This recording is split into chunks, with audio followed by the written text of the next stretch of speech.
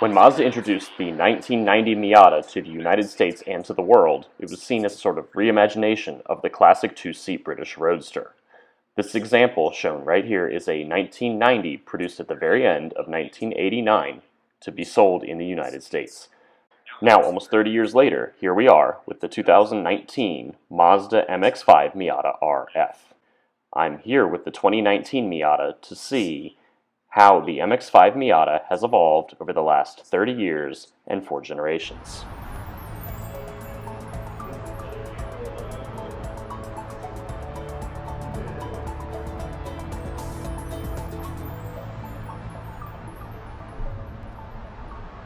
So first up, we're in the 1990 Miata. This is the NA generation, which is the first of the 4 generations of Miata that have been made to date.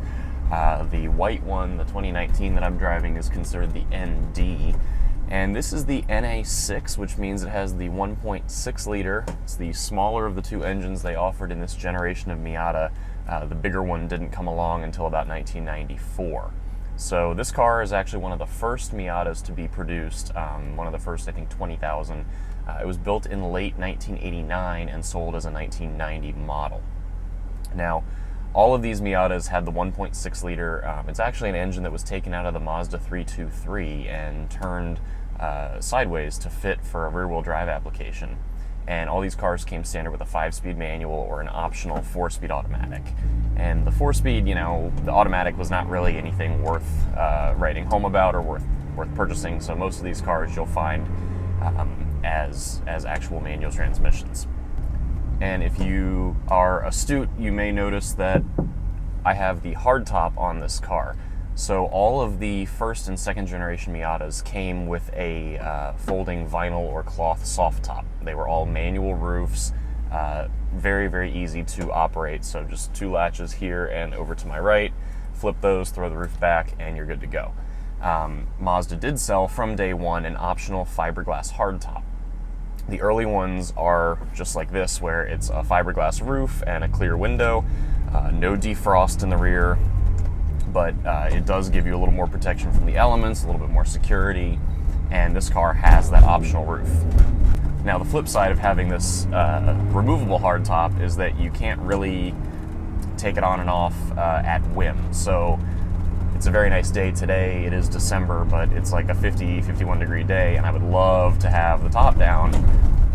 But the process to get the top removed, you have to really have a friend with you, and it's not really that difficult.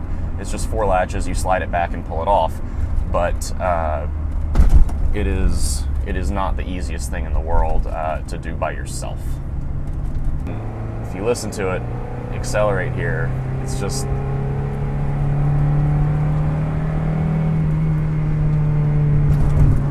It's a fun car. It's a very fun chassis. This little engine,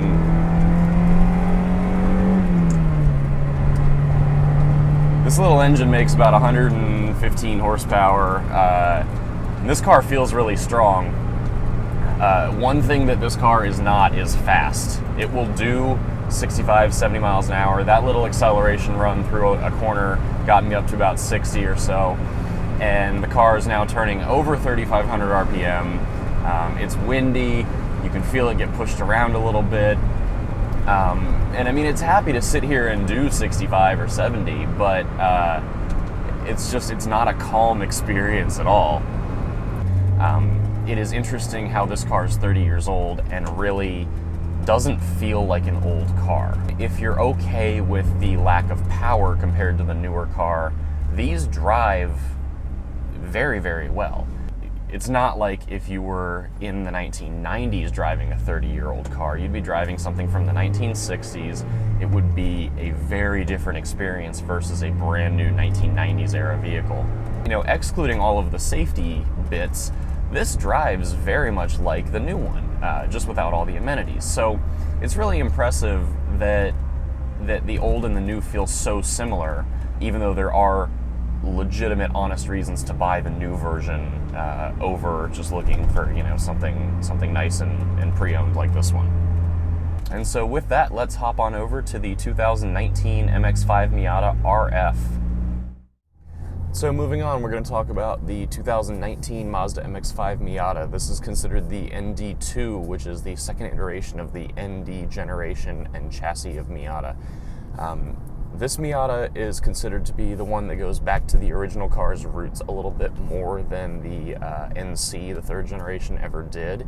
The NC was more or less a Mazda RX-8 that got shortened and turned into the new Miata at the time, and it was a great car, just didn't really resonate with a lot of the original Miata fans. So the ND tried to address a lot of that with a different platform and a lot of weight reduction and more peppy drivetrain. The ND2 saw about a 26 horsepower bump from 155 to 181. Now, the other important thing to consider when you're talking about the older Miata versus the brand new ND2 is the weight. The original Miata, like I said earlier, weighs only about 2,100, 2,200 pounds. It's not really a very heavy car, and that weight is kind of unrealistic to expect out of a modern day vehicle when you've got all the different safety requirements, all the extra airbags, plus the typical complexity and feature set that's kind of expected by a lot of consumers at this point. Now, Mazda has managed with the ND2 to keep it to about 2,400 pounds, and that does include the models with the retractable hardtop, like what I'm driving right now. Now, when we're talking about power and weight, the next thing that comes of that is the power to weight ratio. So how many pounds does each horsepower have to move around? That's not something that most consumers really look at when they're purchasing a vehicle, but it does give a decent indication of how fast the car will feel kind of throughout its rev range, not just where it makes peak horsepower. Without getting too far into the weeds on that, the ND2 Miata, making its 181 horsepower, carries around about 5 fewer pounds per horsepower than the original NA6 first generation Miata. Now let's take a minute and speak about this top. Now what Mazda did with the ND cars is they introduced this RF, which stands for retractable fastback. You push the button, the rear clamshell kind of opens up and comes backward, the roof goes down, the clamshell closes, and you're left with this this open air driving experience.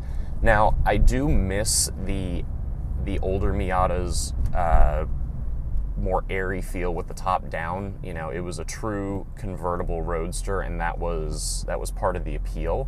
But there's a different charm in having this RF, and much like a Targa Porsche, it's like having the world's biggest sunroof without actually being a full convertible.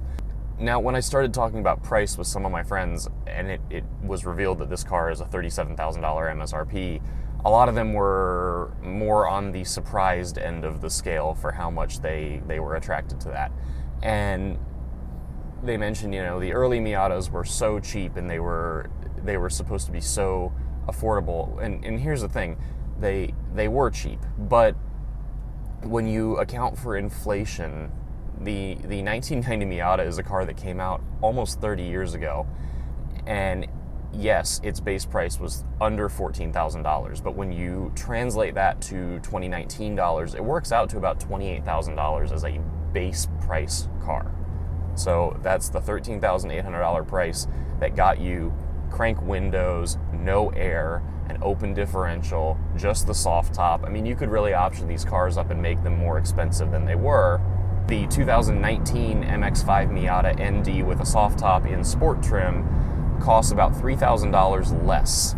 So it costs about $25,000 versus the $28,000 inflated price of the 1990. The final question is, is this ND2 Miata with the power hardtop and the touchscreen navigation and the good sound system and all these things, is this car still a Miata? And I think the answer is yes. It's, I had a first-gen Miata for 5 or 6 years in college. It was my only car, and I don't know how I drove it for 5 or 6 years as my only car. It was cramped, it was noisy, it was slow. It was tremendous fun on a back road, but doing highway driving at 70, 80 miles an hour up and down the interstate going from, college to my parents' place, that really wore on you. And I think the improvement that you see with the ND, especially in the RF trim, is that you've got the insulation, you've got a little bit more maturity to the whole car, but it's not lost its Miata-ness. They still have the playful, fun to drive nature of it. It still has an excellent 6-speed manual transmission. The suspension is composed. It's a little oversteery, but still very easy to control. It drives like an NA Miata, just all grown up, and I think that's the appeal. So, yeah, the target buyer for this car is not going to be someone who looked at their NA and thought, wow, I really wish I could spend $30,000 more to get the same car. So I think the people who are going to buy this ND2 with the power hardtop or without are the people who are more like my dad. They want a brand new version of the classic 2-seat Roadster. Whether that's with the soft top or the hard top, they still want the fun that you get from a 2-seat Roadster. They still want the stick shift and the great suspension and the great driving dynamics, but they don't necessarily need it to be old to have fun with it. They would much rather have the modern conveniences, the modern technology, the modern safety and crash worthiness, and they're okay paying new car money for a car that is actually new and has a factory warranty and is in every sense a Miata, but just a very modern one. And I think that's okay. And so those are my thoughts on the 2019 MX5 Miata RF, especially as it compares to the 1990 first generation Miata that was released almost 30 years ago. And for more of what LGBT plus folks are doing with cars on the street and on the track, please give us a follow on Facebook, Instagram, or right here on YouTube. Everything that we're talking about here can also be seen in written form on our website at outmotorsports.com. Thanks very much for coming along, and we'll see you next time.